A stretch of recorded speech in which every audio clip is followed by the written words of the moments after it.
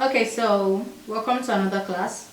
Today's class will be taking a Gore skirt, and I'm making use of this fabric and my material, scissors, and the rest of it, ruler, a tape roll.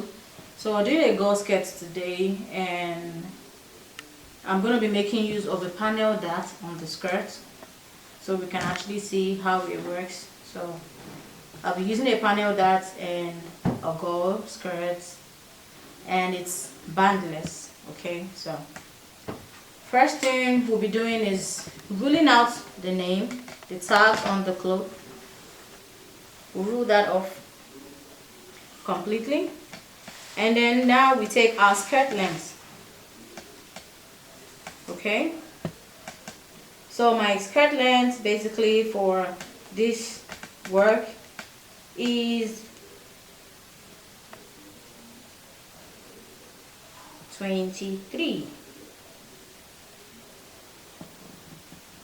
or 23.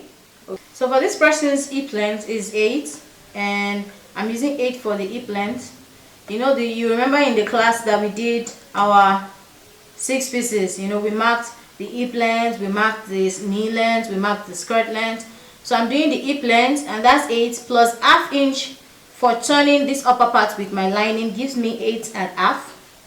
And I'm marking that twice, 8½, and then I'm ruling a straight line to it. Okay, like that. And then I'll put the tape rule back to the actual 8 that we actually need. And my skirt length is 23, and I'll be marking ½ inch for my hemming down here. Alright, so 8 to 23½. Okay, so I'm ruling that now, ruling that out. Alright, so that's it. So now the panel dart, the person's nipple to nipple is actually 7.5, so the dart invariably becomes 7.5 divided by 2, and that's going to give us 3.75. So I'm going to be marking 3.75 right here, and I'm marking it all the way down.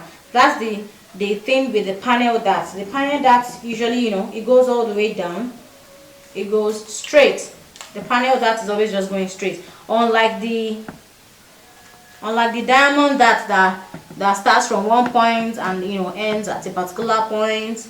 You understand? So this one goes all the way down. Okay, so it goes all the way down, straight up like that, straight. All right, and then after you've gotten that, then we can actually mark out our bodies, the round of the clothes we are working with. So this person's waist is actually 27, and 27 will actually give us 6.75. so that's that here. All right, and then you had 1 inch for joining these darts together, and your side seam allowance of 1.5. okay, and then on the hip as well, the hip measurement is actually giving us,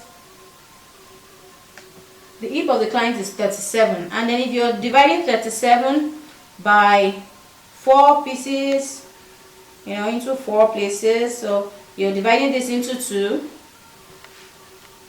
so in case you want to be fast about it and you don't want to make use of a calculator, or you can't even find your calculator, it's actually going to give you 9.25, but I'm just showing you how it gets there. Okay, so that's it here, and then when I open it, it's 9.25 like I said. Okay, so 9.25, I'm marking that, and then I'm adding 1 inch to joining this part, and my 1.5 inches for my side seam allowance. All right, and then down here we reduce this part measurement, which was 9.5. we simply just reduce it by 1 inch, and it gives us 8.25 down here.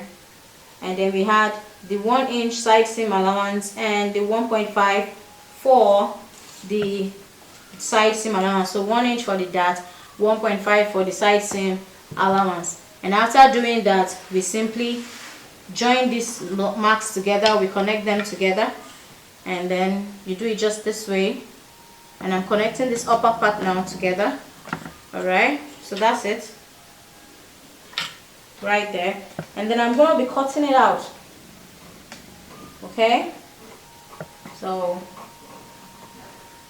just simply cutting it out.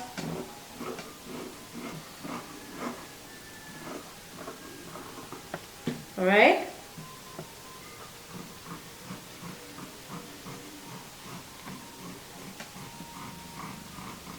So I'm marking this that I'm going to be opening it up. I'll be opening it up. So